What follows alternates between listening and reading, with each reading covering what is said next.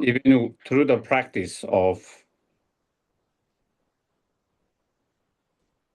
three high training of moral discipline, meditate concentration, and special insight, wisdom, even we are able to get rid of all the afflictive negative emotions and to be able to achieve total freedom and liberations. But if we neglect all sentient beings who are still in sufferings, samsara and sufferings, that will be, incorrect. Only to think of one's own liberation and totally to ignore and totally neglect the others' well-beings. For one, from one point of view, when you think of oneself is one beings. When you think of other sentient beings, is countless. And it doesn't make sense to ignore the well-being of countless sentient beings and only be just concerned with one individual sentient beings. It doesn't make sense. It doesn't feel right, and it's not correct, and therefore one should start to work for the benefit of all sentient beings, not just oneself, from another point of view, all sentient beings has been our, even though we cannot remember, recollect, but they have been all our mothers, most kind mothers, many, many times. And so when there have been so many kind, so many times as a mothers, as a fathers, as a sisters, as a brothers, as a grandparent, as an uncle, as a auntie, and in different lifetimes and so many times, and when they are in the needs of your help, when they are in samsara, confused, lost, for you to turn blind on them and pretend that they are not there and pretend that they are not sufferings and just only think of oneself,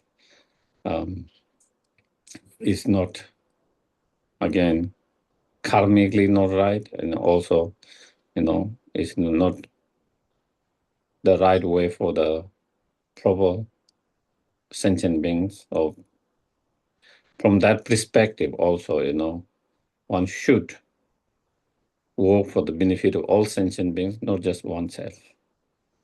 And so that wish to achieve, that aspiration to work for the benefit of all sentient beings is what makes the Mahayana, the Bodhisattva practice, Mahayana practice, and higher scope. So part of the higher scope practice, and then in the part of higher, there is generating the bodhicitta mind. Bodhicitta means the mind of enlightenment or awakening mind. Bodhi meaning awakening or enlightened. Chitta means the mind.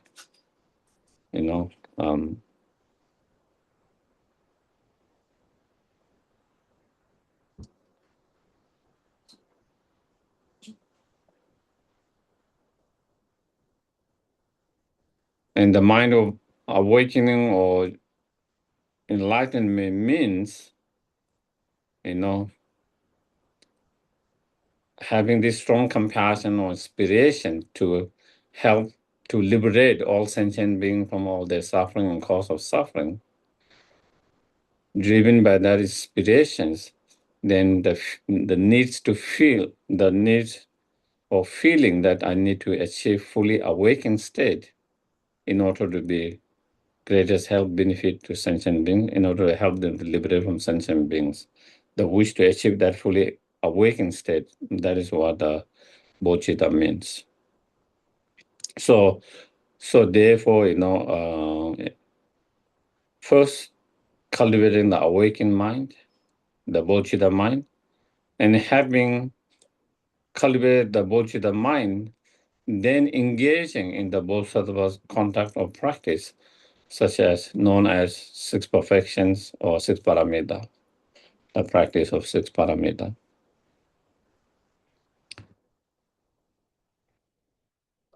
So first, then the bodhicitta mind. Mm.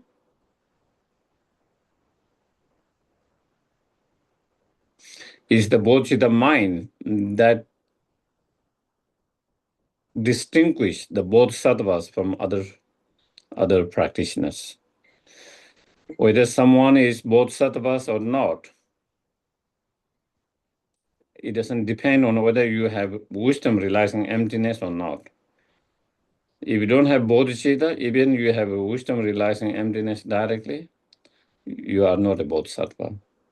But even you don't have wisdom realizing emptiness, if you have bodhicitta, then you are bodhisattvas. So bodhicitta is the unique cause of the bodhisattvas. What makes one's path, bodhisattva path, is whether that path is driven by that bodhicitta mind or not. Arhat has incredible qualities, They have incredible wisdom realizing emptiness directly, incredible high level of concentrations, shamatha, moral disciplines, free from all the afflictive emotions. But still they don't qualify as a bodhisattvas. Why? Because they don't have the bodhicitta mind. So the bodhicitta mind is the very hard practice of the Mahayana. The bodhicitta mind is the very essence of all the Mahayana or the Bodhisattva path. As in Adisha and other Kadama master says,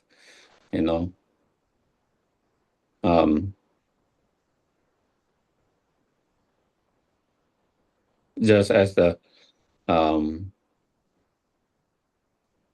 butter is the essence from the milk, same way the bodhicitta mind is the essence of all the Buddha's teachings and all the Buddha's, the Bodhisattva path and Mahayana path, is the very essence, is the very heart of that. It is the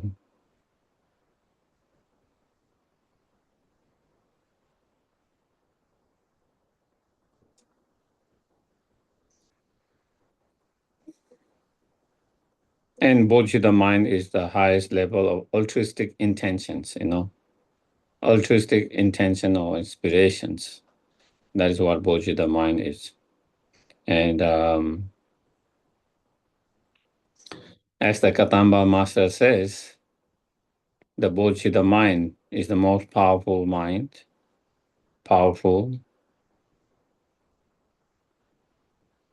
most powerful to purify the negative karma. It's also most powerful to accumulate incredible amount of merit. Also is like is also like a alchemy that can transform ordinary metal into the gold. Similarly, when you have bodhicitta mind, through the power of the bodhicitta motivation, you can transform all the ordinary actions, all the ordinary activities into spiritual, into the path, into the virtues, into the cause to enlightenment. Normally, eating is just an ordinary act. Sleeping is just an ordinary act. Walking, jogging, running, those are normal activities or normal actions. They are not virtuous actions, to say. Driving, biking. But when we do all these actions with the bodhicitta motivations.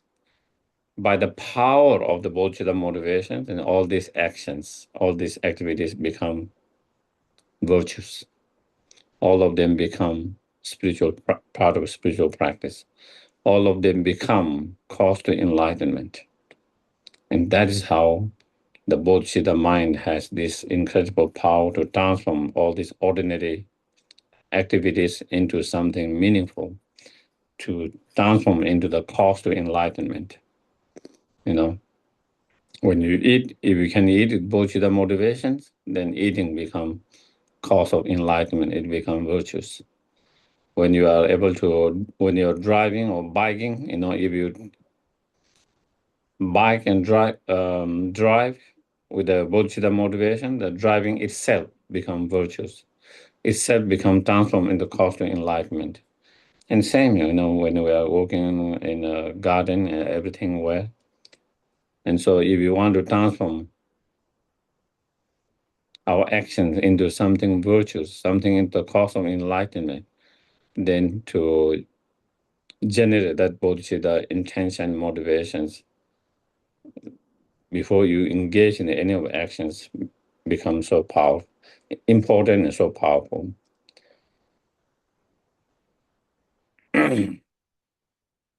Also, it is mentioned, as Shantideva and other masters, bodhicitta mind is like, cloud, rains of clouds and the rains from the cloud that give life to so many plants, so many beings. In the same way, this bodhicitta mind give life to so many spiritual realizations. It give rise to so many spiritual realizations. It give life to the plant of so many other spiritual realizations. And so it is like the cloud, the rain. Also, this bodhicitta mind is like a medicine that numbs your pain. When you have bodhicitta mind, because your mind is so concerned with the well-being of others, pain of others, suffering of others, you feel your own problem, your own pain, your own suffering so light, so little,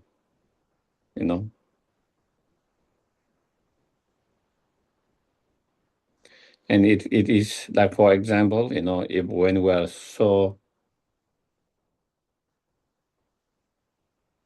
when we have strong self-centeredness, when something goes wrong in our life, we we started to feel, our mind become very narrow, very narrow. And I think, why is it happening to me? What did I did wrong? It's all about me, me, me. What did I wrong? I don't deserve it. I didn't do anything bad. Why is it happening to me? Why me, me, me? So all different questions, and it feel whatever problem we are dealing with be started to feel more stronger, more and more bigger, regardless of how problem small or big it is. But in your mind, you started to feel bigger and bigger, you know, overwhelmed by that. On the other hand, someone who has bullshit mind, when they have their own pain and suffering, they are not so concerned with their pain and suffering. They recognize their pain and suffering. They are aware of their pain and sufferings. They recognize, they are aware, they acknowledge, they feel the pain and suffering, but they don't get so, uptight, so narrow, just thinking themselves. But then, they're direct. I'm the not only one who is going through this problem. There are so many others in the world who are going through same or similar situations, pain and suffering. Some of them much more bigger pain, bigger suffering than myself. Compared to their pain and suffering, my pain is very, very small. So they are able to,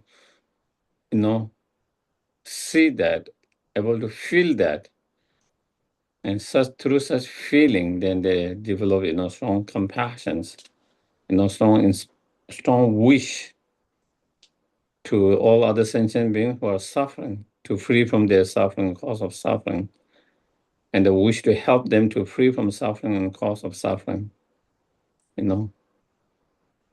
And when you are able to direct your energy towards that, you don't feel your pain so much. You started to understand your pain is very small, very small. And when you feel that, the pain, the problem, suffering feel much lighter, not as intense, not as overwhelming, not as huge, you feel it's very small. And so that is how the bodhicitta mind, numbs your own pain, in the sense that in terms of feeling, you don't feel the pain so big, you don't feel the pain so intense. You don't feel the pain as something, too big for you to overcome it. You don't feel sophisticated by that pain or problems.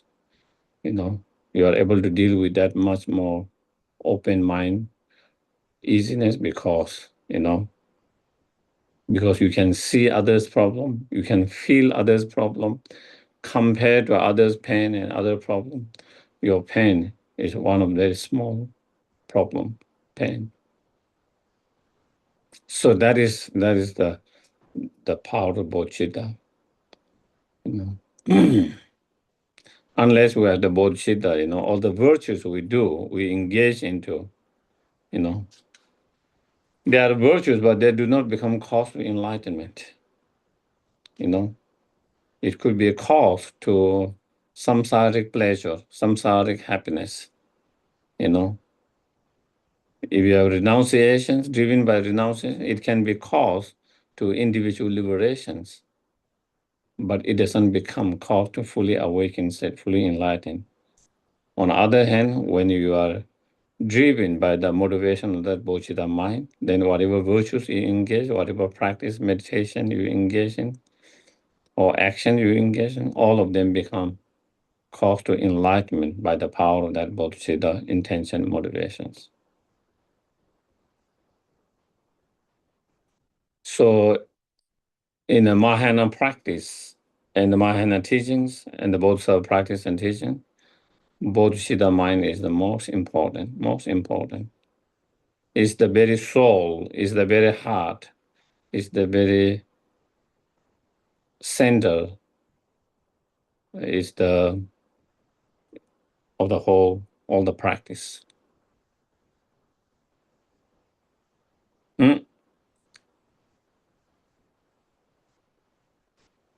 So in order to develop bodhicitta mind, that you find, different meditations, in order to develop such bodhicitta mind, you find different meditation techniques. One meditation techniques known as 7 point of cause and effect. Another meditation technique known as equalizing, exchanging self with others. So we use those different meditation technique practice to contemplate, meditate. And by having meditated, contemplate on those different techniques, then slowly, one will be able to develop that bodhicitta mind. And once one has developed that bodhicitta mind, then you become bodhisattvas. No matter who you are, wherever you are, then you become the bodhisattvas. You become the child of the Buddhas. You become the object of respect homage by the others. So in terms of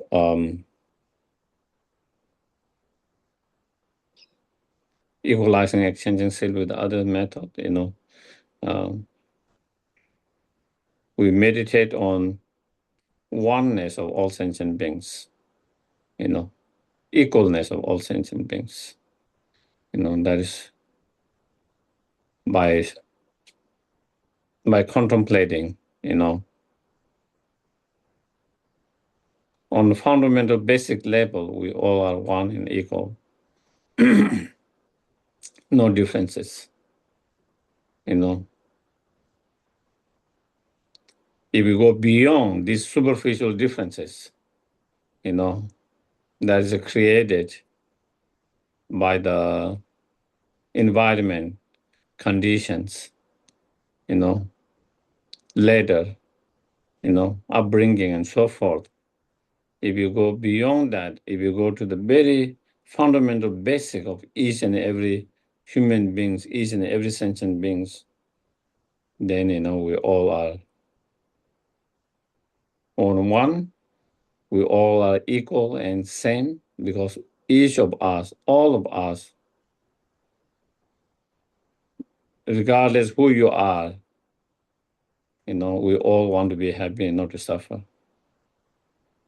There's no difference in that. Everyone wanting to be happy and not to suffer, that on that fundamental level. So we all are same, equal in that. Understanding that, feeling that is important, to be able to feel,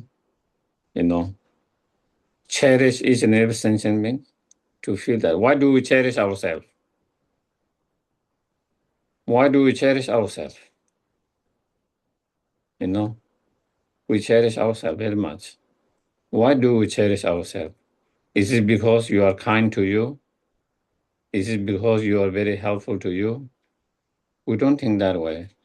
We don't cherish because by thinking, oh, I'm so kind to me. Or because, I helped me so much. I was helpful, very helpful. I was there when I need help.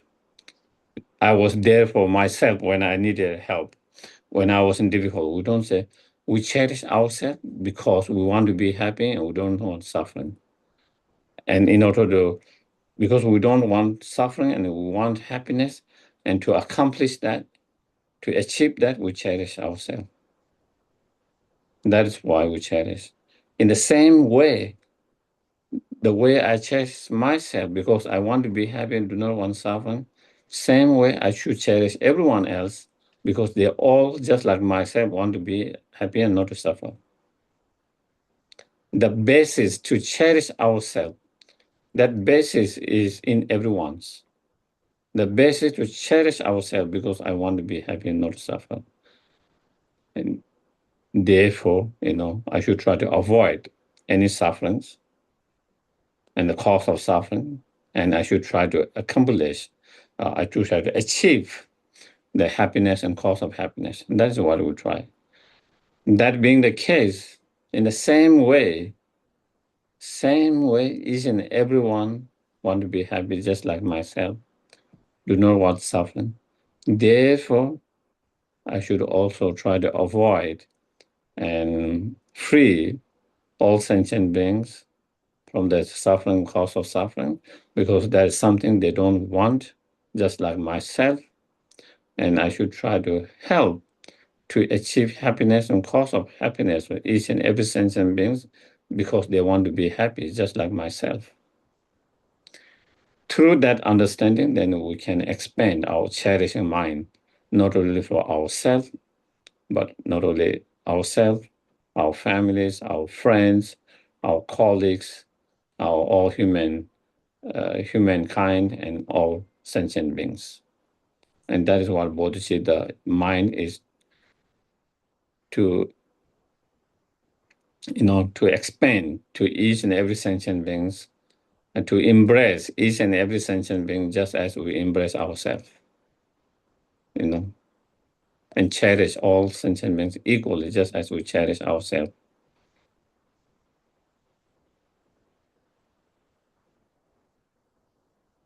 And that is the at the moment, we are too focused on the differences, too much. Our mind focus too much on the differences, you know, because we focus too much on the differences, then of course it creates distance. It creates distance.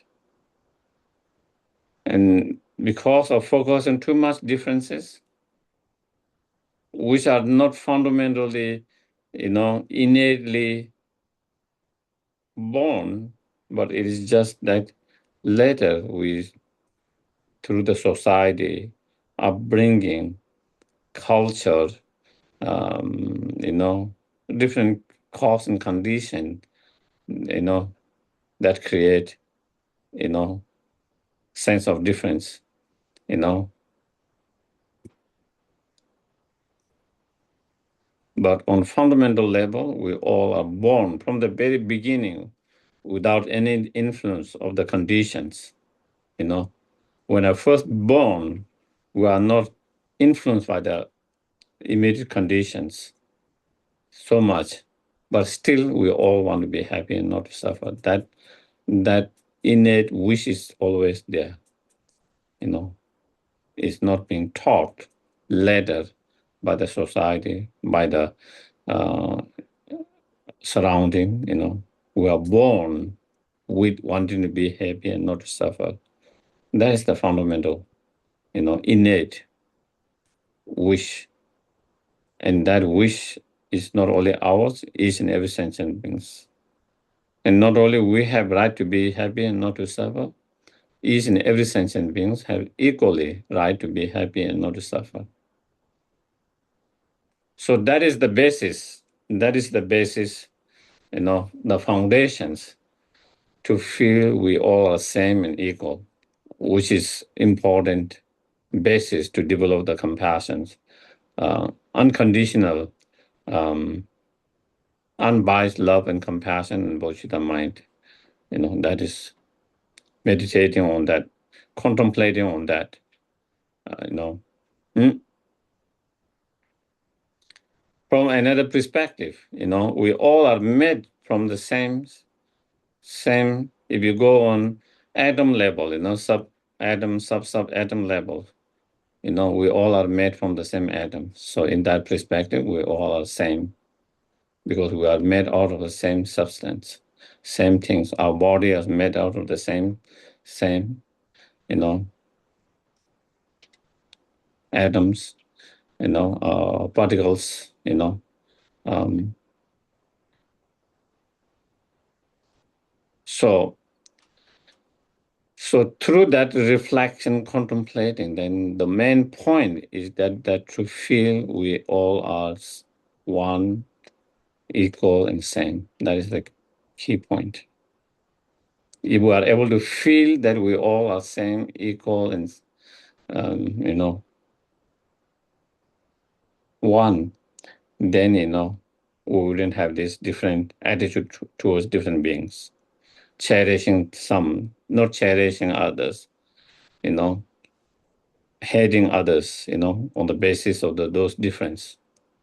At the moment, we our mind cherish some, we don't cherish some others. Not only we don't cherish some others, we even have a very negative feelings, bad feeling, hurtful feelings, ill will feelings, because of we focus on difference, and we don't focus on that oneness. So in these meditations, part of meditation to develop bodhicitta mind in equalizing exchange and self with others is to really try to focus on that, really spending time to really feel through such practice, meditation. The point is to feel that we all are same, equal, one on that fundamental level. To able to feel it. That's the point. That is the point of meditation. Theoretically, understanding, maybe we might have little, but in terms of feeling, we don't have that feeling at the moment. We still feel we are different. We are not same. We are not equal. And so to be able to feel it, you have to do that exercise again and again and again. That is what meditation is. You keep on doing that same, repeating that same, contemplating, same practice, same meditation again and again. Slowly, you started to feel it. And then you started to feel more naturally, without even when you are not trying to meditate, not trying to contemplate. And we also meditate on the shortcoming of the selfish attitude. And in Buddhist scriptures, it explains the root of all our problem, all our conflict, all our suffering is the selfish attitude and self-grasping ignorance. Those two are the root of everything, all the problems. And again, if we try to see it's true.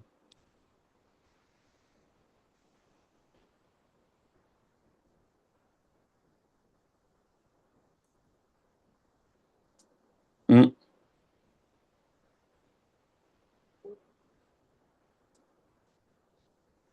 Due to the selfish attitude, then people doesn't care about what happens to others, as long as I can achieve what I want. So due to the selfish attitude, people are willing to take the life of others, destroy others' life, destroy the planet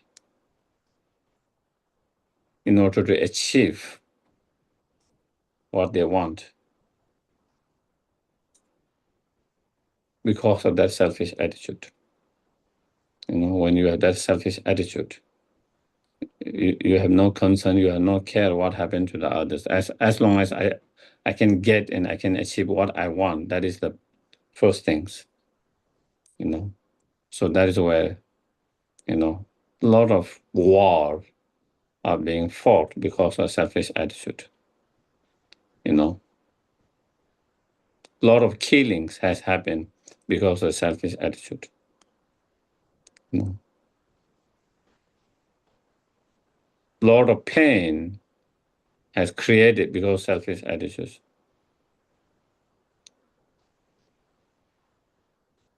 The earth, the planet that we live, is kind of destroy and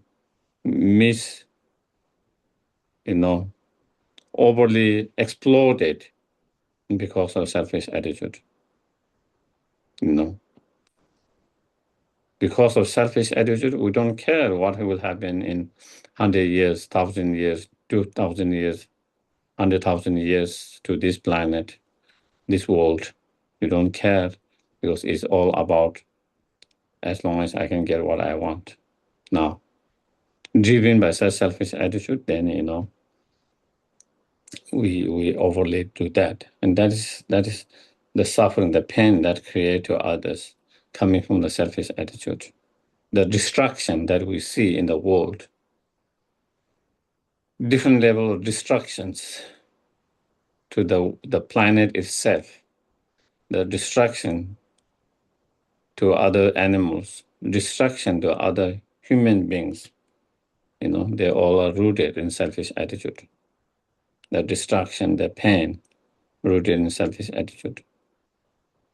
And even in our cases, the reason we suffer so much is because of selfish attitude. Because selfish attitude,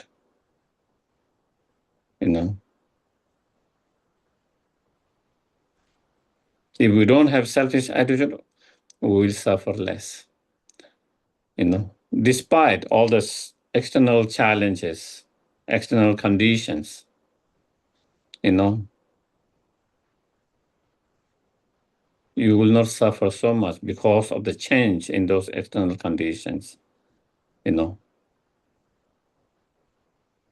Yes, we might still have, physical health issue, but we will suffer less if we have less selfish attitude. Yes, we can have, some challenges in relationship, in financial situation and so forth, in climate and so forth. But again, one will suffer less if there's less selfish attitude.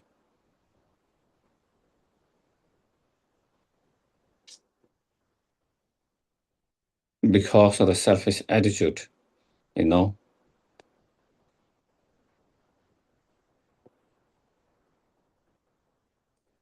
because of the selfish attitude, because of that ego, then, you know, it's all about I want things to happen this way. I don't want things to happen this way. And there's strong grasping to that. And due to that, when things doesn't go the way I want, we suffer. When the things go the way we don't want things to happen, we suffer because of that. If we don't have selfish attitude, even though we might wish things to go in certain way, we don't want things to go in certain way, but when things doesn't go the way you want, things go the way you don't want, still, you can handle it without suffering so much. The reason we suffer is not because of the change in the situations, because of your mental state, because of your mind state, you know.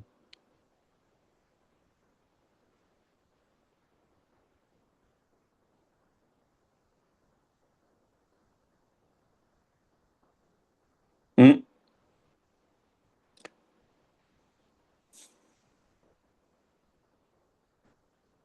If there's distractions in the other part of the planet, we might not suffer so much from their distractions.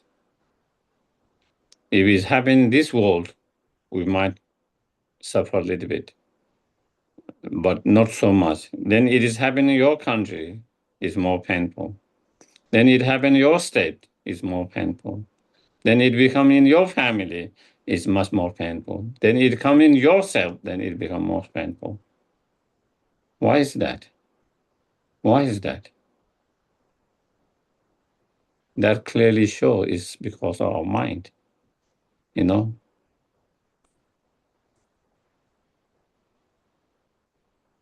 It's not only the external conditions, whenever that condition happen, we don't feel same way, you know.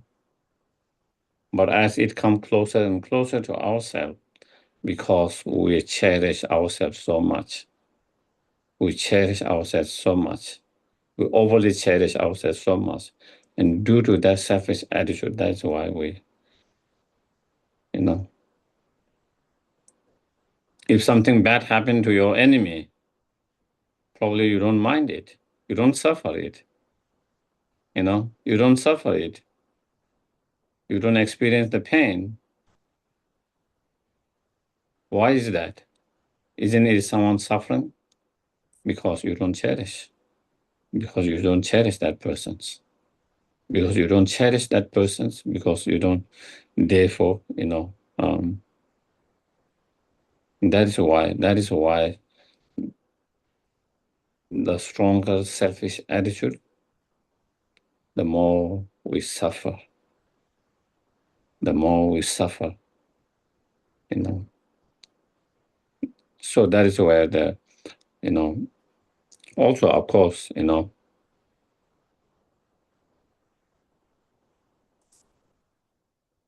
is due to the selfish attitude, we create negative karma as a consequences. As a result, we experience suffering. Due to the selfish attitude, we don't create virtues, but we create non-virtues. Therefore, we take rebirth in the lower realms and cannot have a higher rebirth.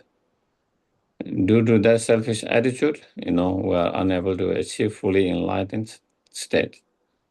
The main obstacle to achieve fully awakened state is that selfish attitude. The main cause to fully awakened state is bodhicitta, and selfish attitude is the main obstacle to achieve that bodhicitta mind. And from that perspective, then, we understand how this selfish attitude is the root of all the problem and sufferings. Through such understanding, we try to reduce the selfish attitude. We try to overcome the selfish attitude as much as possible. Whenever some things go wrong, whenever anything go wrong, we identify and recognize, oh, this is due to the selfish attitude. It's due to the selfish attitude. Try to recognize and identify and be aware. This is because due to the selfish attitude. And then meditating on, the benefit of cherishing for others, When you cherish others, then true happiness starts. True happiness. Cherishing others is the cause of temporary happiness, ultimate happiness, your own happiness, happiness of others. Through such understanding, we try to develop the cherishing thought for others more and more, stronger and stronger,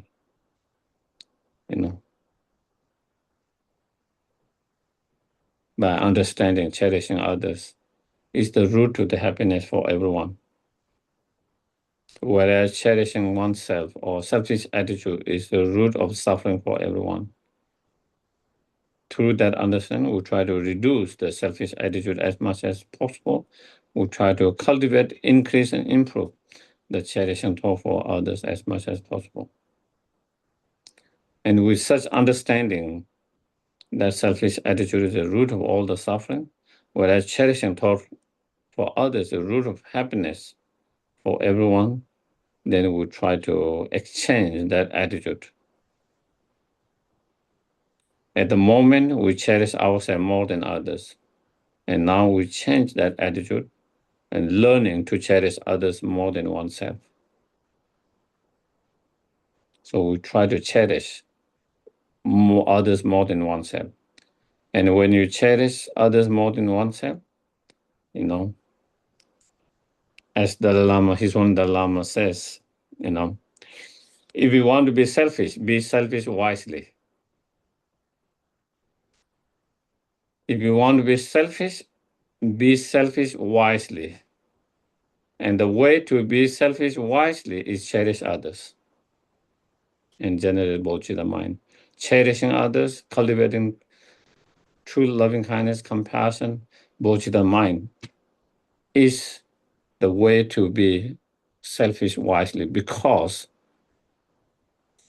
it really helped you, it helped your mind to be more, it give you inner strength, courage, confidence, make your mind at ease, put your mind at ease,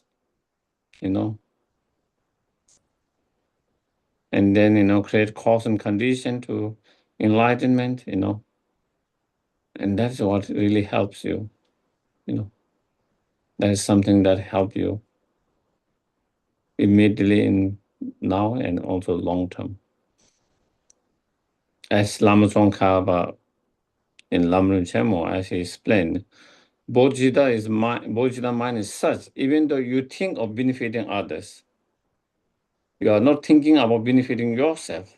You are always thinking of benefiting others when you have the bodhicitta mind. But byproduct is what is, you get benefited from that. Byproduct is you get benefited from that. Even though your intention is not to get benefit for yourself, is to help and benefit others. But by byproduct, you get the maximum benefit. You get more benefit than other sentient beings by that bodhicitta mind. And therefore, that is where, as His Holiness says, if you want to be selfish, be wisely selfish. And the way to be wisely selfish is to generate unbiased, unconditional love, compassion, bodhicitta mind.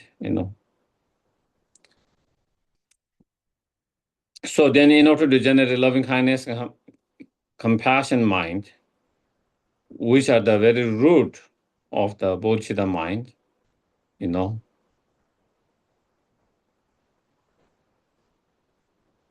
there are many different meditations to cultivate loving kindness, to develop bodhicitta, to develop compassion and loving kindness. But one of the very powerful meditations and practice to develop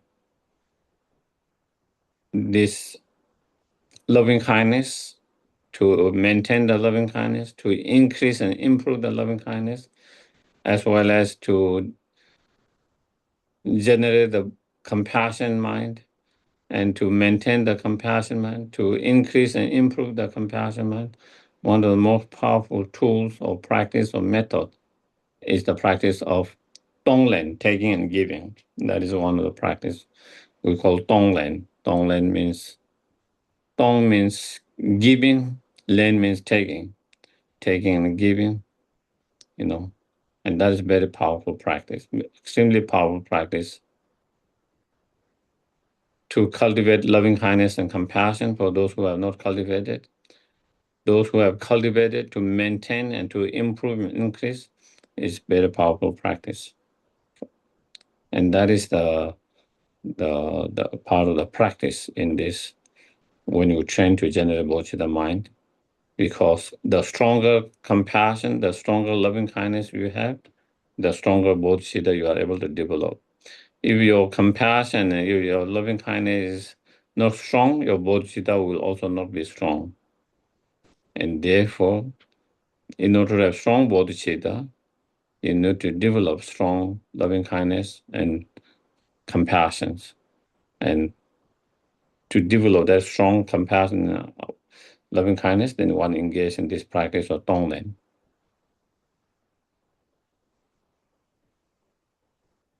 And in part of the tonglen practice,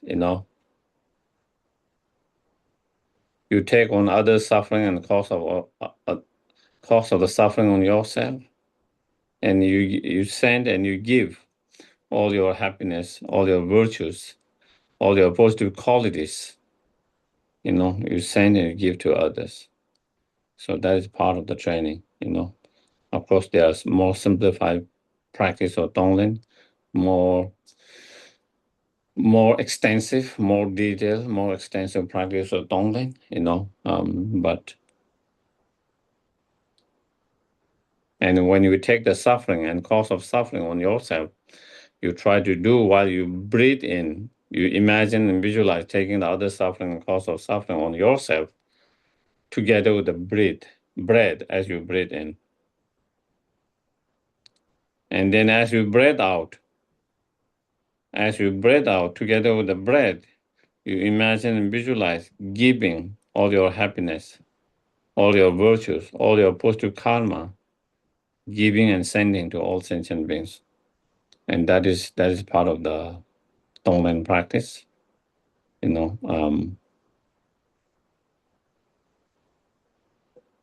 Of course, one can do the tonglen practice every day, all the time. But especially, when we are dealing with certain issue with ourselves, certain obstacles, certain difficult issues experience in our life, recognize that what you are going through, be mindful of what you are going through, recognize what you are going through, acknowledge that, feel that pain, that suffering, that challenges, but not only that, but also recognize and be aware there are so many others beings just like ourselves who are going through the same or similar or worse problem and suffering in the world. Try to be aware of that, recognize that, be mindful of that, and then try to feel their pain and suffering.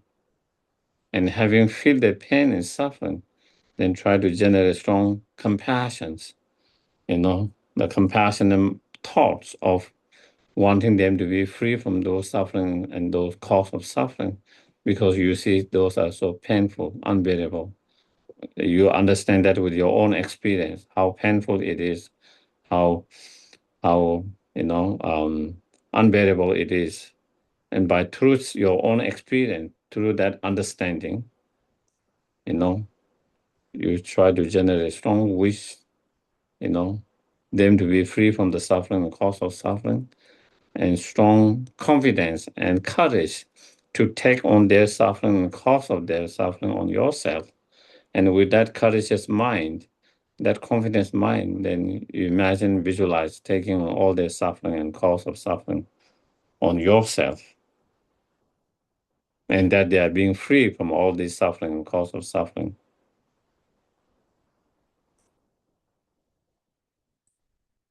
And then also you contemplate and meditate on, how others, sentient beings, even they want to be happy, but they struggle to find happiness. Forget about true happiness. They struggle even as ordinary happiness, temporary ultimate happiness.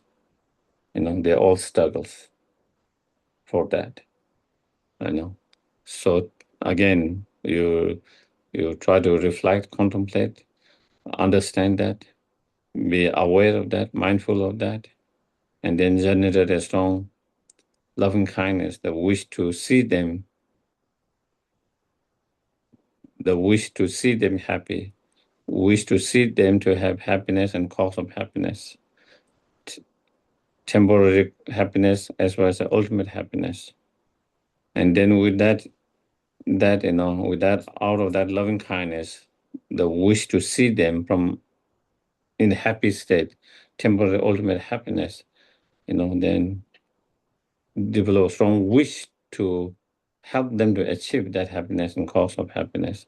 With that strong wish of loving kindness to wanting to help them to have happiness, cause of happiness, then as you breathe out, you imagine, visualize sending all the virtues, all the positive karma, all the virtues, all the positive quality that you have, you share, you send, and then you imagine, visualize that they all receive all the temporary and ultimate happiness. So that is how we try to train in that Tonglen practice. And such Tonglen practice can be extremely powerful, beneficial, helpful.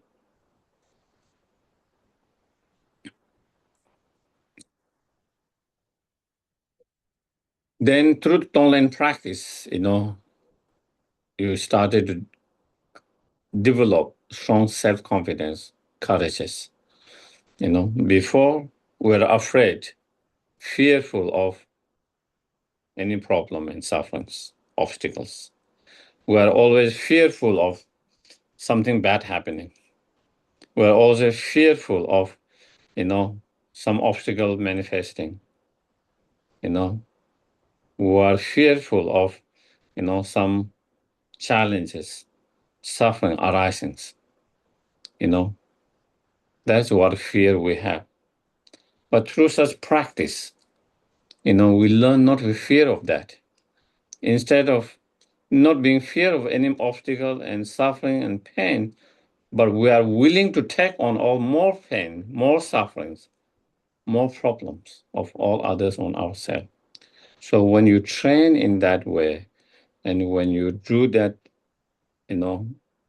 sincerely, in the right way, then slowly you become more and more fearless, more and more fearless about problem, more and more fearless about suffering, more and more fearless about, obstacles.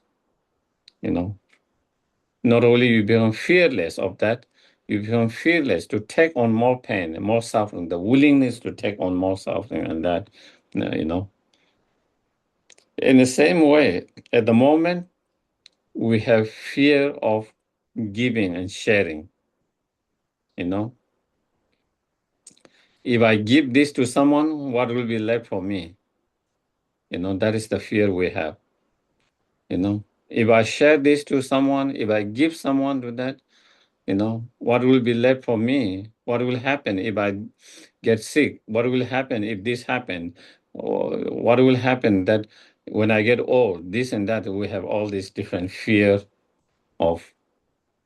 Due to those fear, we are unable to give, share, even when we have something to give, something to share.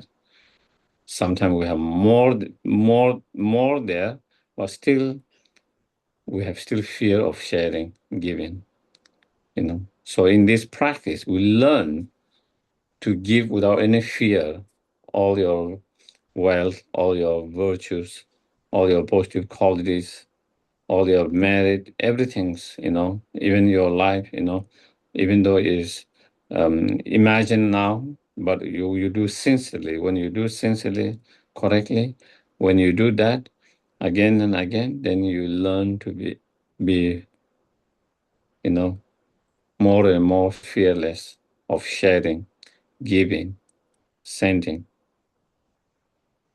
And we become slowly develop a strong mind, fearless of, you know,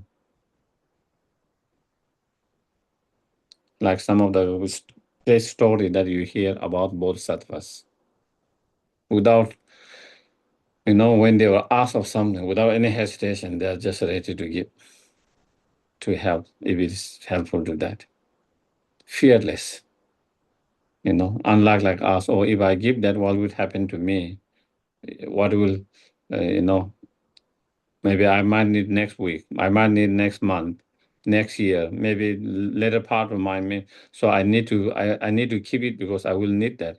So if you can fear what will happen if I give that to me in the future, so unable to share this, you know. But those great bodhisattvas who are trained, they become fearless, and you know, without any fear, they are able to give, you know, and that is because of their incredible fearless courage, you know, mind. And that kind of fearless courageous and confidence mind come through such training. Through such training.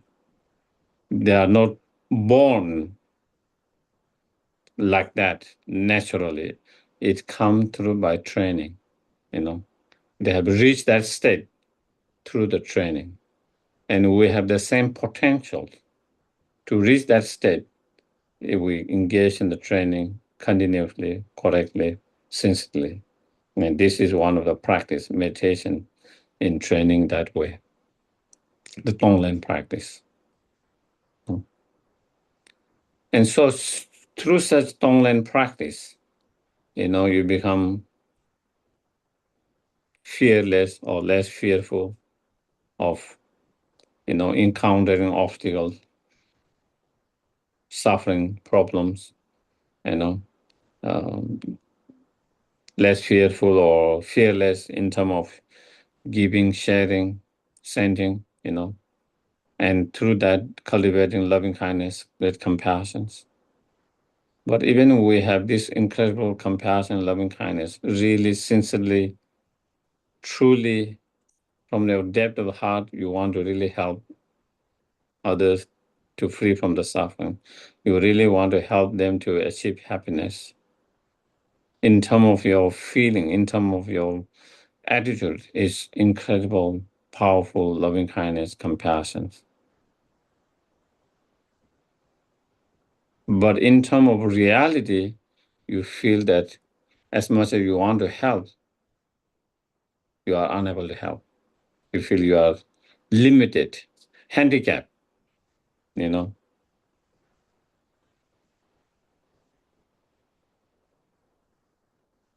How much help we can do in terms of our feeling, we would like to be for everyone all the time to help to overcome all their problems, all their sufferings, cause of all suffering. But in reality, we cannot even help one person at the moment. Sometimes we are unable to help ourselves,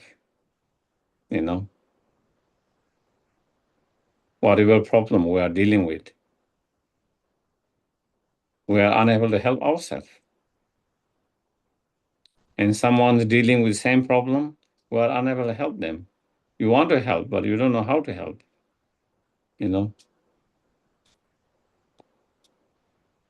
don't know what is the best. And because we don't know, because we don't have that, what is the best way to help? Sometimes with the right intention, we try to help. The result might not turn out the best. Instead of being helpful for that person, it become harmful for that person. It upset that person, agitate that person, make upset and angry that person, make that person more painful, and that not because of your bad intentions. Your intention was is the best intention. There is nothing wrong with your intention. Not only wrong is the best intention, but how did it turn out that way? Because we didn't have the right skillful means, the wisdom to recognize what is the best. What is the best to help the other persons, isn't it?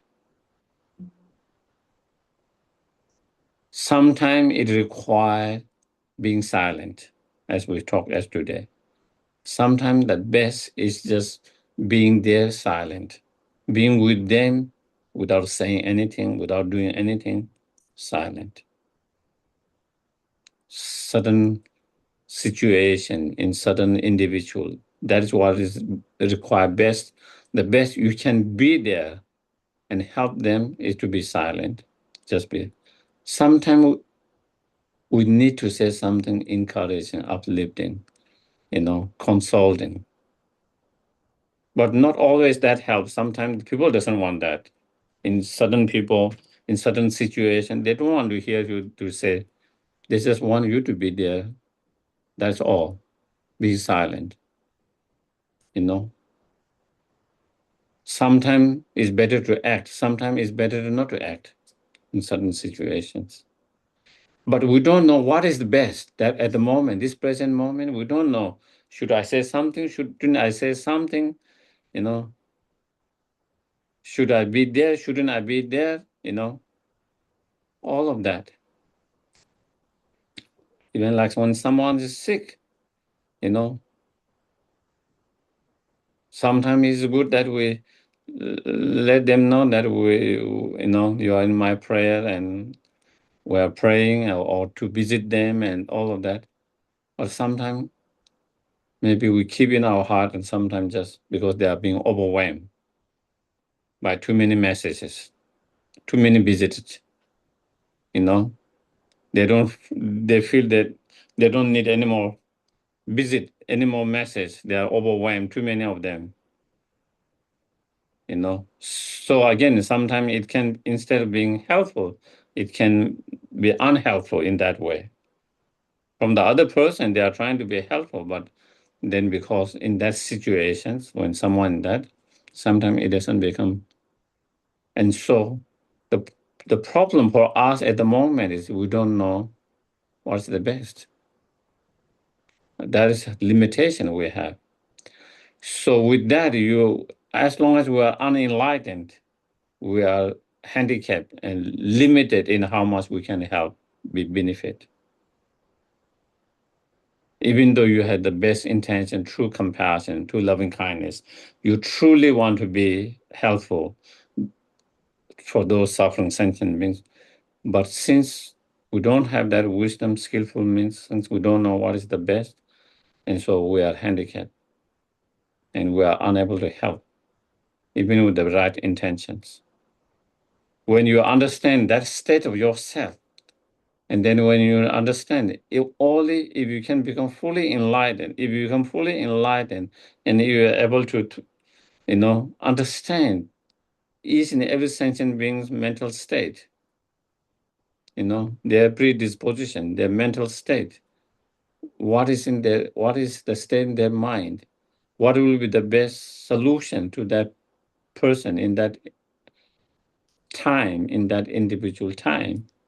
And when you realize that, then, and you are able to help with, really help everyone, when you have that skill, that wisdom, then you generate a strong wish to achieve fully awakened state so strongly. You have a strong aspiration to achieve that. And that aspiration, the wish to achieve that fully awakened state, driven by that, great compassion, loving kindness, and understanding of what fully enlightenment is. That mind that wish to achieve that is what we call bodhicitta mind. That is what we call bodhicitta mind. At the very beginning, we are able to generate that mind when we meditate, full effort, contemplate. But when you don't meditate, we don't contemplate, we cannot feel that. But as one meditate more and more, then slowly, your mind is more used to that, familiar with that, accustomed to that. Slowly, it requires less and less effort. And slowly, you are able to feel that feeling, that inspiration all the time, effortlessly, day and night. And when you have that mind effortlessly day and night, then that is what we call bodhicitta realizations. And when you have that bodhicitta realization, then you become bodhisattva. You anyone who actualize that, then they become bodhisattva. Then they have entered the first path of the bodhisattvas, the path of accumulations. You have entered the first path, you have become bodhisattvas. And as Shantideva said, as a Buddha himself said, in the suttas, from that moment, that being become, the child of the Buddha, known as the child of the Buddha, become the object of everyone's respect, homage, and so forth. So that is one, of training the mind to generate that bodhicitta mind. Training the mind to generate that bodhicitta mind.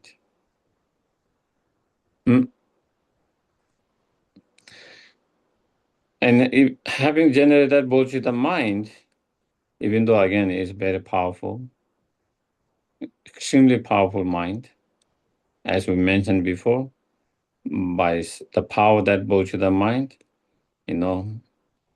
you can purify negative karma. Most powerful way to purify negative karma, most powerful way to accumulate merit, and so forth. But again, in terms of achieving the fully enlightened, just the wish to achieve enlightenment or fully awakens doesn't lead to that. As Sandeva explained, you can have a wish to go to the town, but if you don't make effort to go to buy the grocery, you will not have that. If you need to cook and buy the grocery, first you need to have the thought to go, and then you have to make the move to go there and to get the grocery. In same way, the wish to achieve enlightenment is like the wish to go to the grocery. But you actually have to go, to be at the grocery and to be able to buy that. And then you have to really, engage in the practice. And so in that, in order to first, you have that bodhicitta mind, and in order to stabilize, that bodhicitta mind is still fragile. You cannot still lose that, it hasn't become, it's still, fragile, it can still deteriorate, it can still, get weak.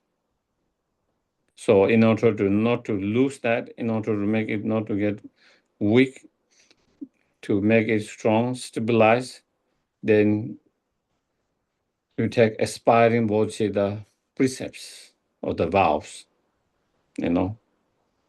part of that precepts, vow, to keep that bodhicitta mind no matter what happens. Not only easy time, difficult times, not only when people are nice, even when people are bad, not nice.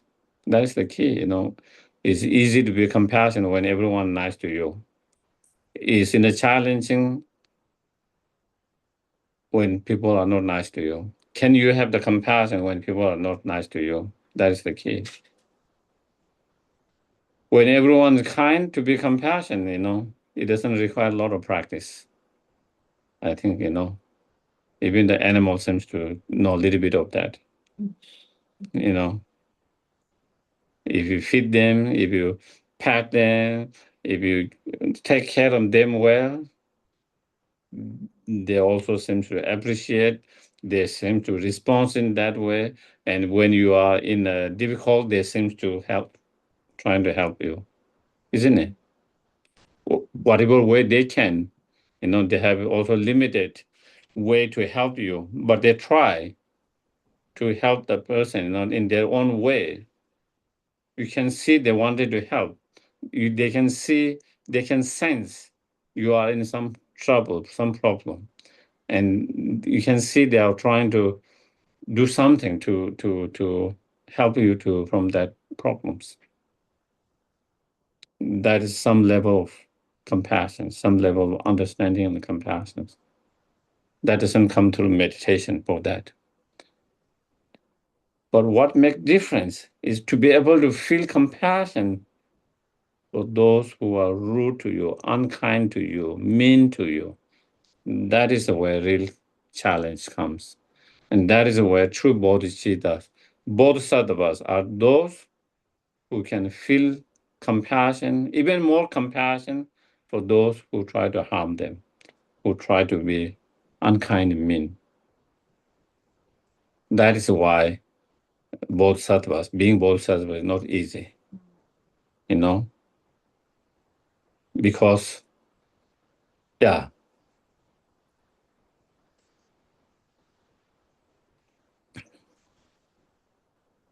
Mm. So, to take that, what you call aspiring bodhicitta precept or the vows, and then, making the determination, resolutions, not to give up this bodhicitta mind, not to be separated from the bodhicitta mind, not only during the easy time, but even in most difficult time, not only when others are nice, kind, but also when others are very mean and unkind. So that is one, and then we try to keep that alive, no matter how difficult it is, But again, as I mentioned, just by that thought or aspiration itself, it doesn't lead to fully enlightenment. And then once you recognize, in order to achieve fully awakened state, then you need to engage in the bodhisattva practice or conduct, such as 6 paramita or 10 paramitas. And once you realize that, then you take the bodhisattva vows, engaging bodhisattva vows, and then you try to train in practicing those 6 or 10 paramitas, such as the practice of generosity. So, then you try to train yourself in the practice of generosity, in whatever way we can be generous, whether it's a physical, through material things, through knowledge, wisdom, by sharing your skills, time, your expertise in whatever ways that you can give, that you can share, practicing generosity, training to practice generosity. And again, part of those training, when we practice generosity, we try to practice and give without any expectations, without any expectations is important. When we give with expectations, there's always danger to be more disappointed, and not only disappointed, becoming turned into bitter and resentment and so forth. Sometimes people give at the very beginning, but they have certain expectations from what they give. And when those expectations are not met, then they feel they regret giving it. Not only they regret, sometimes they resent giving it. And sometimes not only they resent, then they become very angry. So it can lead to all these different state of the mind.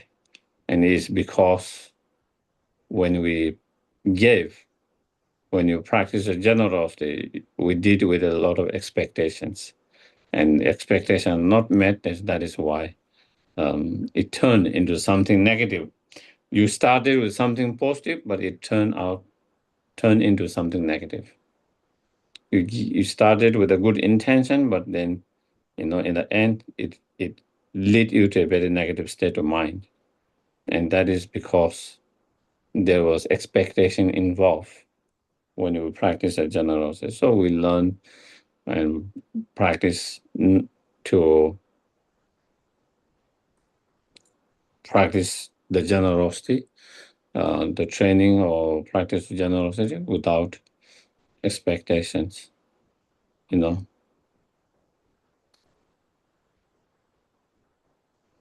And second, training in the practice of paramita, moral discipline. That is the second paramita, moral discipline. And in practice of moral discipline, we try to avoid selfish attitude. We try to restrain from selfish attitude. By restraining selfish attitude, then we try to avoid or restrain from any harmful actions. That is the moral discipline. Not only we try to avoid any harmful actions towards others through body, speech, and mind, not only we try to avoid and restrain from any harmful actions, but also we try to learn and develop, different different skillful means, virtues to be help and benefit to others. On one hand, we try to refrain from harming, engage in any harmful action.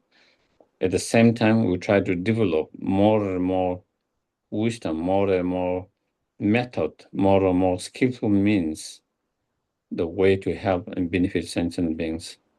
Engage in different virtues, different practice, different meditations, different skills, different means, so that we can be. And once we have developed those skills, having developed those different skills and different method and different way to benefit, then the moral discipline of benefiting and helping others. That is the Bodhisattva practice of moral discipline. Then not only that, then you try to help and benefit others in whatever your way. In some of the teachings, they talk about 11 different way of benefiting others, but that is not, it's just few examples of how we can be help and benefit to others. There can be hundreds and thousands of way to help and benefit sentient beings. So,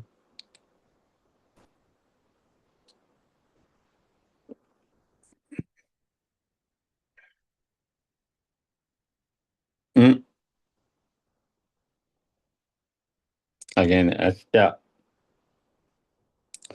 Buddha mentions, in the scriptures, and Buddha mentioned, it's more powerful to help and benefit those who are most vulnerable. Those who need the most.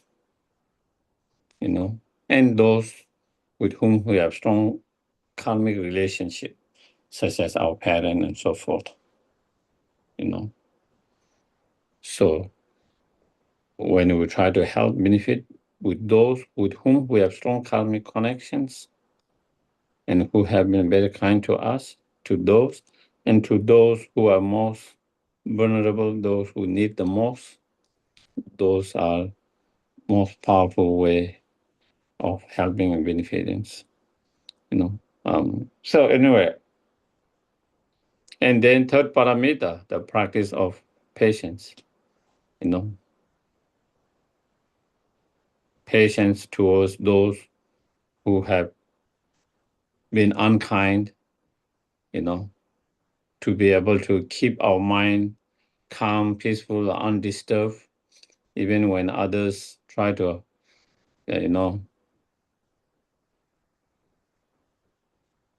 when others criticize you, humiliate you, mistreat you, harm you, in whatever way, even in such situation, training not to be disturbed by their such behavior, such actions, such attitude, and training our mind be peaceful and calm, even in such situations. When someone is nice, kind, compassionate, caring, of course, we can keep our mind peaceful and calm. That's not the patience. But when someone try to, is harming you, mistreating you, misbehaving you, all of that, normally our mind, we cannot keep peaceful, calm, undisturbed, unagitated. But in training the patient, the practice of patience is training, even in such condition, even in such cases, how can we keep our mind calm, peaceful, undisturbed, unagitated, not get upset, angry? That's what patience is, learning not to get upset and angry with such actions and behavior, and not to have any bad feelings, bad negative feelings. And if you don't have any bad negative feeling, any harmful feelings, anger, upset, then there is no reason why your mind is disturbed, agitated. So then, your mind, you can keep your mind calm, peaceful. And so that is the, part of the practice of patience.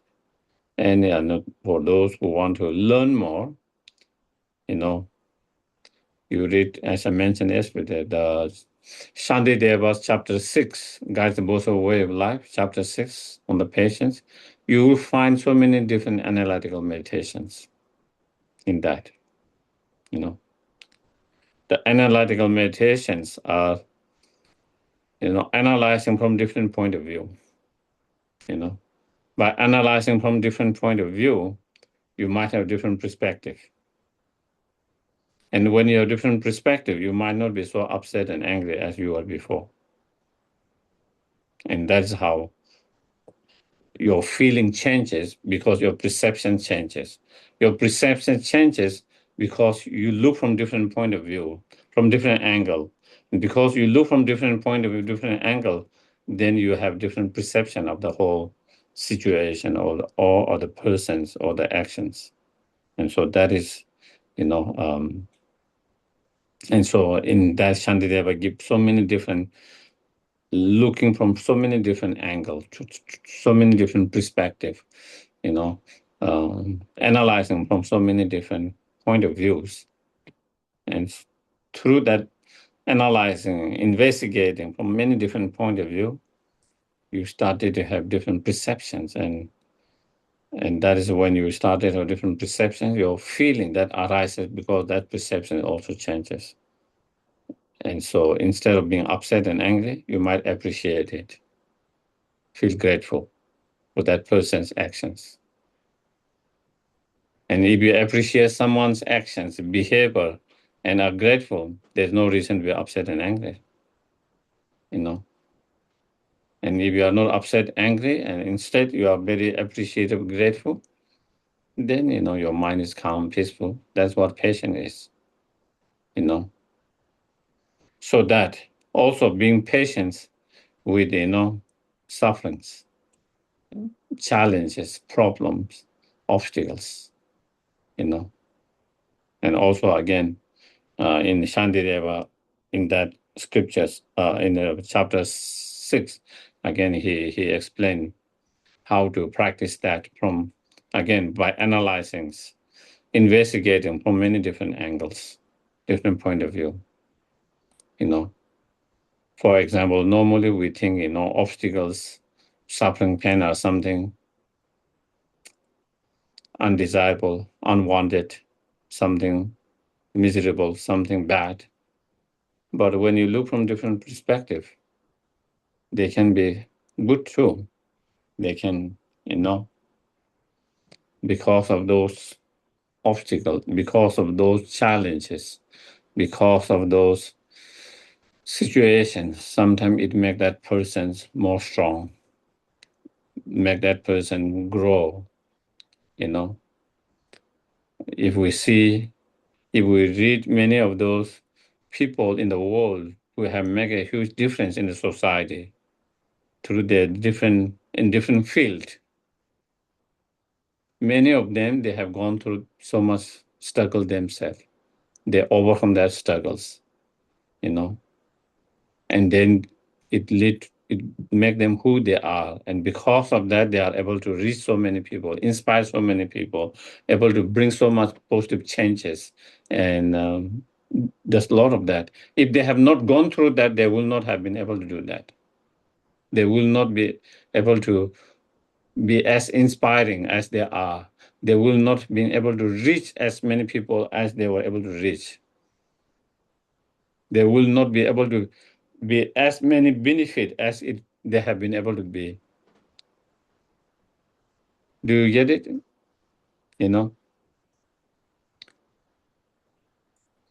For example, Mahatma Gandhi for himself, he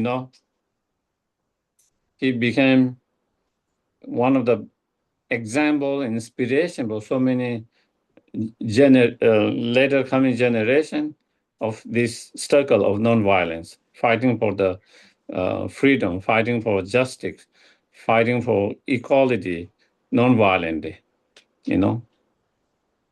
His struggle started because he was discriminated when he was in South Africa. He was, because of his race and color, he was kicked out of the train. Where he shouldn't be, because there was what you call, what is the word?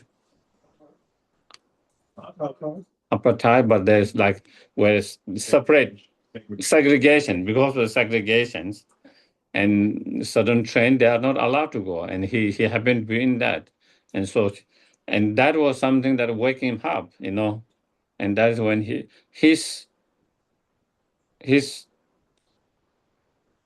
rising to fight for the right or the justice started in South Africa before in India. Even from that is where his journey started. If he was not treated that way, probably he will just be a lawyer, ordinary lawyer. Maybe he might have a little success in his life. Maybe he does financially well. Maybe he might have some good, but that's all. But because he went through this hardship and he overcome that and would did that, and then he that contributed for him, Mahatma Gandhi, to become who he is and to be able to be such a great inspiration. I would say, even his own Dalai Lama say, if his own Dalai Lama didn't go through what he went through, if he was still in Tibet, nothing happened, he would not be as powerful, as inspiration, and as much touching so many people's heart as he is able to do that at the moment. Because he went through all these obstacles, challenges, problems, and he overcome that, and then overcome that, and to deal with that with such a nonviolent, such a kind, compassion approach. And because of that, that become incredible inspirations, example. And because of that is why so many people's heart were touched by that.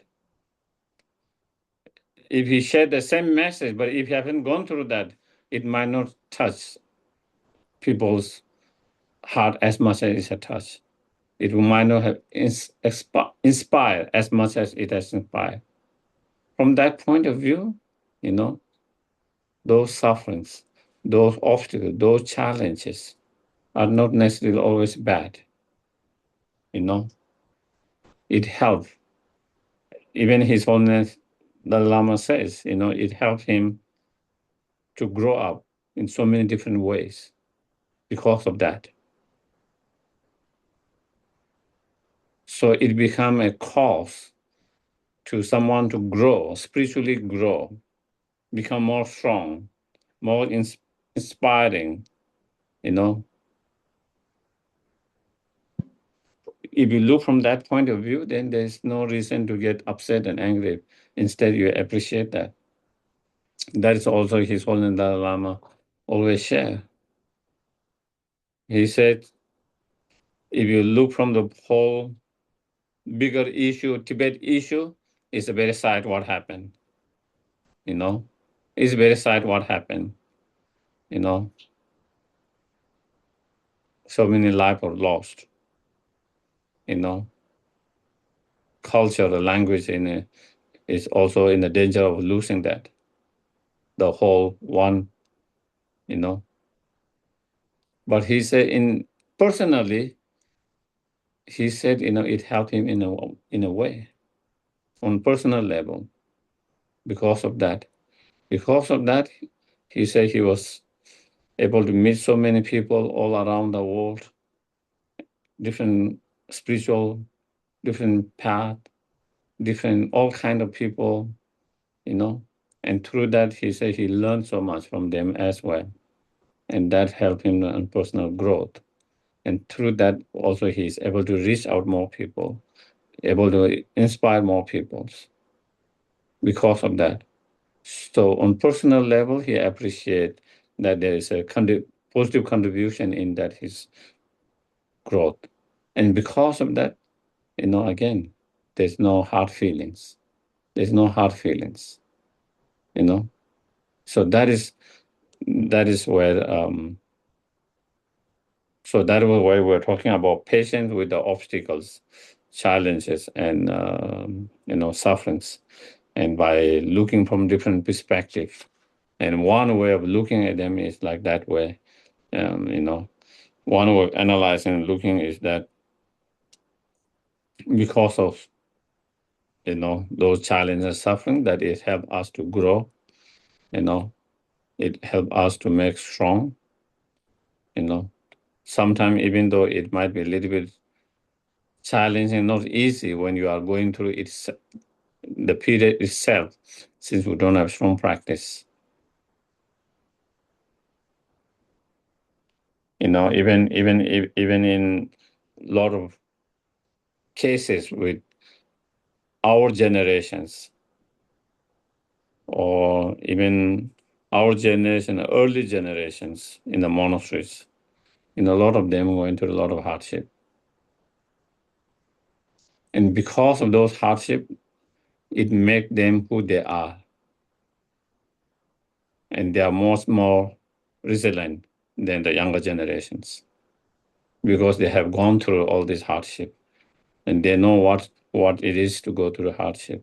They have more experience of dealing with those hardship, and because of that, they have more resilient. Whenever there is problem, they can handle it with much more ease, with more resilient, and more appreciation in the life and with small things.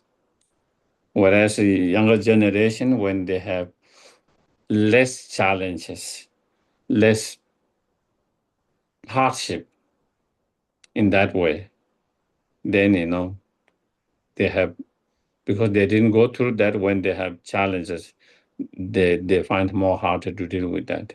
They don't have same level of resilience, same level of, and that is why the older generation, they grow up to become very resilient, and that because of hardship they went through earlier in their life. That's that shape who they are in a way, you know.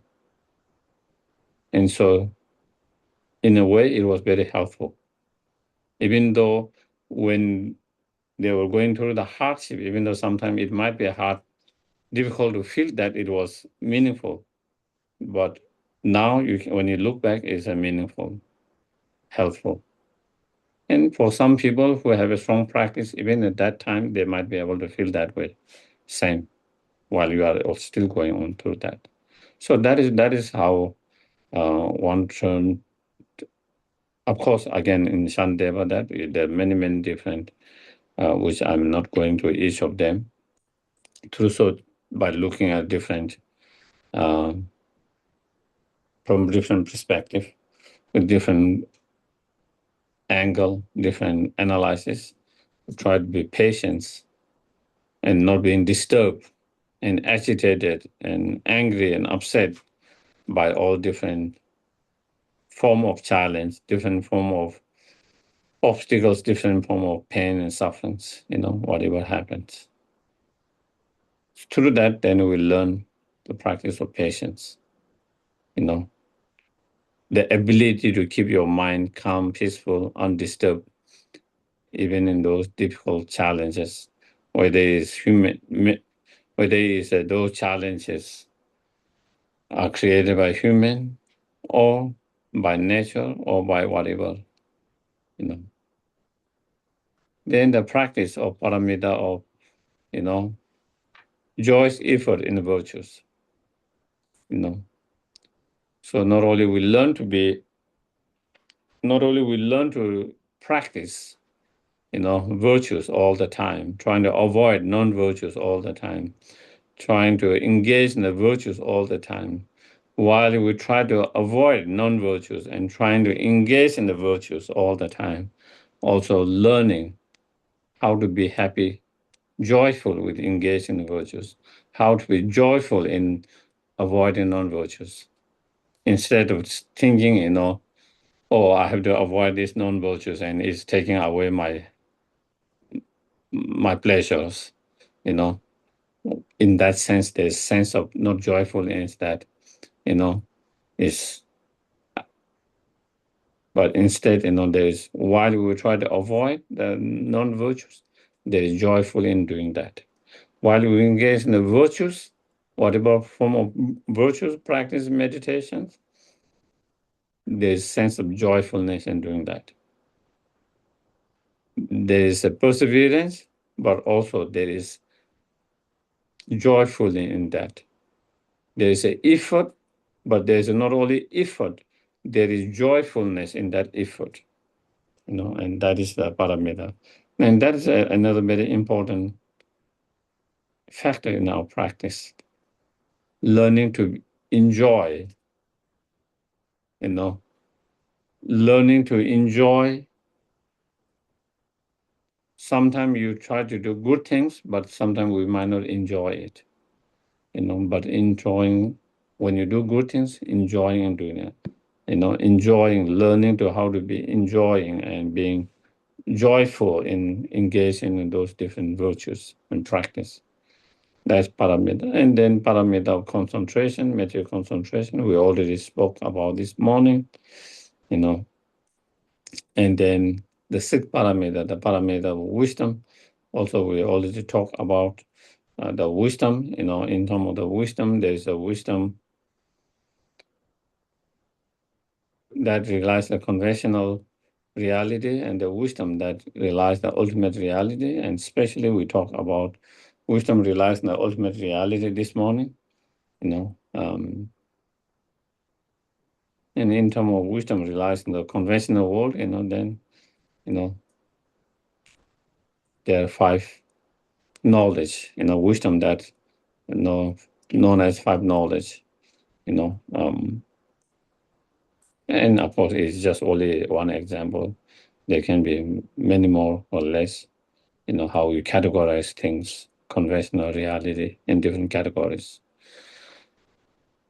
And so those are parameters. And by engaging in such 6 parameter, 10 parameter, then slowly, you know, that is the main practice, the 6, 10 parameter on the Bodhisattva path.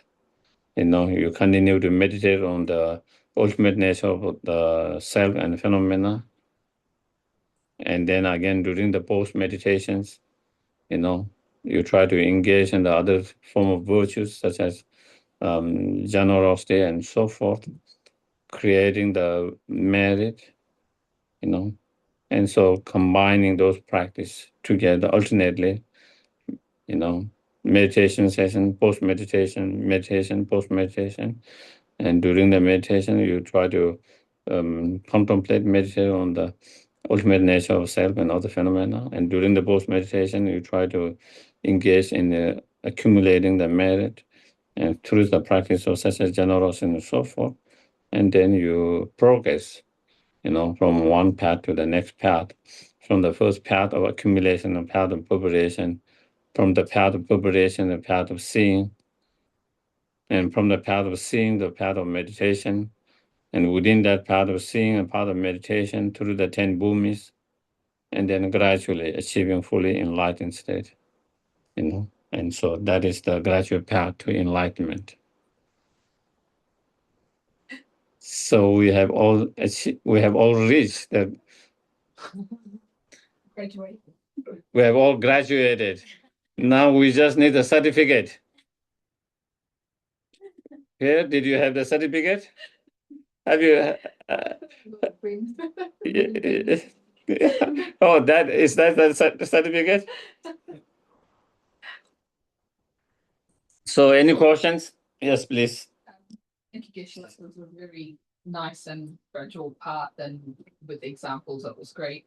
One of the things I also realized, please correct me if I'm wrong, I feel we are responsible for our own liberation. So that's one aspect. That's the individual. And then there is also the aspect of liberating or helping other sentient beings. Mm-hmm. How do we balance and manage our own liberation and liberating other sentient beings? Mm-hmm. It's like, can we only liberate others when we are liberated, or? Yes. It doesn't mean if we are not fully liberated ourselves or achieve fully enlightenment, we cannot help and benefit others. We can help benefit now, even now, in whatever way. Sometimes someone needs, some help with the material things, we might be able to help. Sometimes someone needs some advice, we might be able to help. Sometimes they need some experience and we might be able to help. So there are different ways that we can help benefit. And even in spiritually, maybe sometimes we might have someone might need your knowledge, your experience, and by sharing that, we might be able to help them through discussions, sharing, and that we might be able to help. But as we get more in love, and then as we become bodhisattvas, you are able to help more. Your wisdom is more. Your skillful means is more. Your compassion is more stronger. Your courage, compassion, loving kindness is stronger. Then within the bodhisattvas, as the bodhisattva make progress from one path to the next path, from one bhumi, the level of enlightened increases. The level of their wisdom, skillful means, compassion, all of those increase. The more you have more access how you can help and benefit others. So you are able to help more and more and more. And when you achieve fully enlightened man, then you are able to help each and every sentient beings without any limitations. With the bodhisattva, still there can be limit. Still there is a limitations. There can be great help, benefit, and lot of sentient beings, but still there will be still some limitation. But once you become fully enlightened, fully awakened, then there is no limitation how much you can be help and benefit. So then you can be most benefit. And so therefore, the sooner you get fully enlightened, the more you are able to help more sentient beings and more without limitation, more is quickly. What sort of limitations? Is it also a limitation of the person or the sentient being not wanting to be liberated? No, limitation in different ways, not being able to guide according to their needs. You know, um, so it's not about just sharing the knowledge and the knowledge how to liberate yourself, but it's also knowing what state they are and what is more suitable for that person's. You know, that is where problem with us. We don't know that. Sometimes we share too much, it overwhelms the other persons. Sometimes we don't share enough, and the person doesn't get so much. All those different things, not knowing exactly what state that person is, what their understanding is, what their interests, predisposition, not knowing. When you become fully enlightened, you are aware of each of its sentient beings that state. That is why, as I mentioned yesterday, uh, when Buddha was asked same questions at different time by different individuals in different circumstances, he answered it differently to the same questions. When he was asked whether there's a self or not, that was he gave three different. And one time he said there is a self. Yes, there is a self. Another time he remained silent. He didn't say there is self, nor he said there is no self.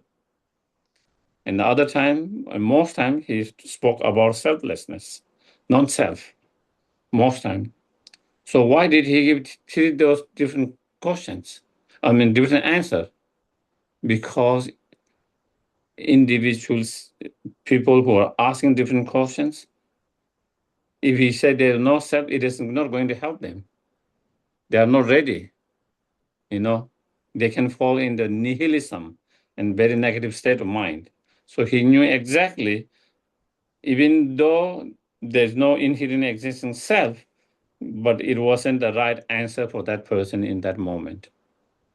When he or she is ready, then you can share it. But when he or she is not ready, you share it instead of helping the person, it can make them more negative. And so that is why, like that, and that is the skill of the enlightened beings to be able to understand individuals' needs and individuals' capacities, and to understand what's the best for that individuals. That is why, um, yeah, there are many similar, so many stories like that. Probably you have heard about one of the story of a lady, um, Gotami, who lost her child, and she was grieved, and she asked Buddha to help him to bring back the child. She was in denial state. She was not ready to accept her child died and already passed. Her mind was totally. And Buddha didn't preach anything. You know, he didn't say, "Oh, you know, impermanence. Everyone dies. Don't worry. This child dies. Everyone dies. You dies. Everyone dies." He doesn't say anything like that because he knew that wasn't the best for that person, that state of mind in that. But he said, I can help you if you can bring us some master seed from one of the home where no one has died. And she was excited, and she thought finally she found someone who can help to bring her child back. And she went in the village, one home asked, "Can I get some seed?" And they say yes. But has anyone died? And say yes, parent, grandparent, uncle, auntie, child, grandchild. Went from one house to another house, and finally she has her own realizations. Without telling him anything, she has her own. Oh, finally she have this realization. You know, I am the not only one who lost loved one. Everyone has lost. There's no one who has not lost anyone. That was kind of enlightened awakening for her, and she went through just by the experience with that. And that was Buddha knew exactly how to guide her, lead her to have that awakening through such method. And so there are so many different methods like that that Buddha used that shows incredible skillful means for the right person in the right situation, you know. And so that is for even bodhisattva that will be limited, a lot of time limited, knowing exactly their state of mind, exactly what is the best in that situation and that. And so, yeah. Any questions? I can take one more questions if there is questions.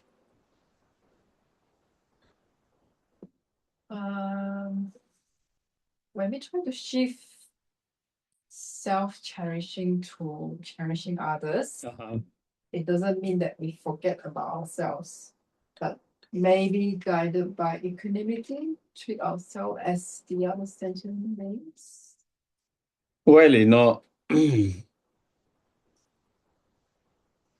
doesn't mean we don't cherish ourselves or take care of ourselves.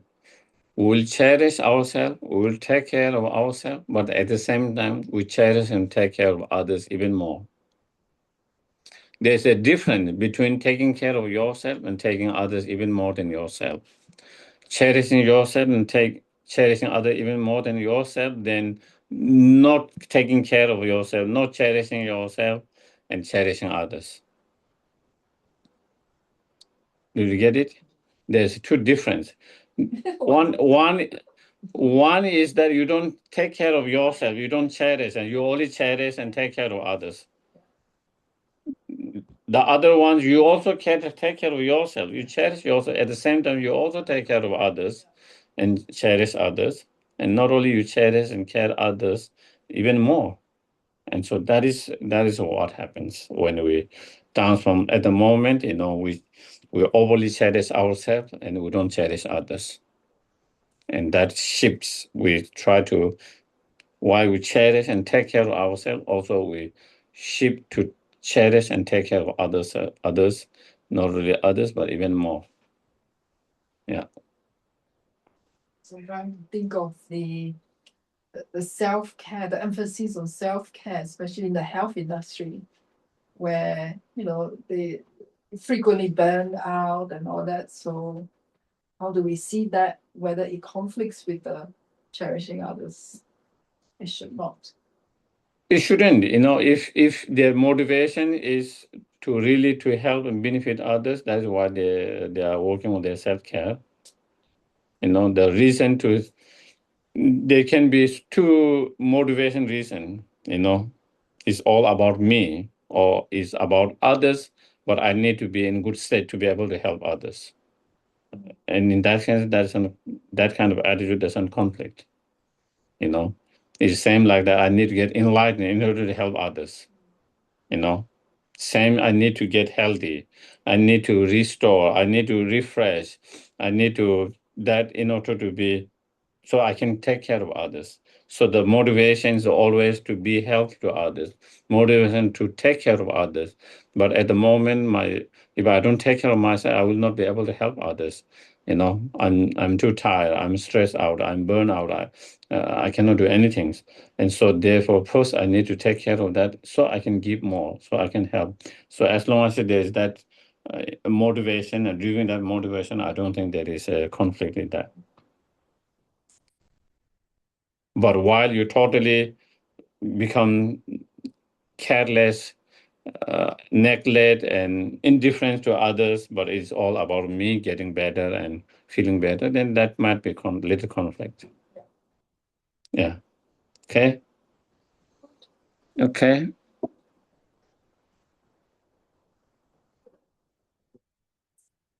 Turn off. Switch off.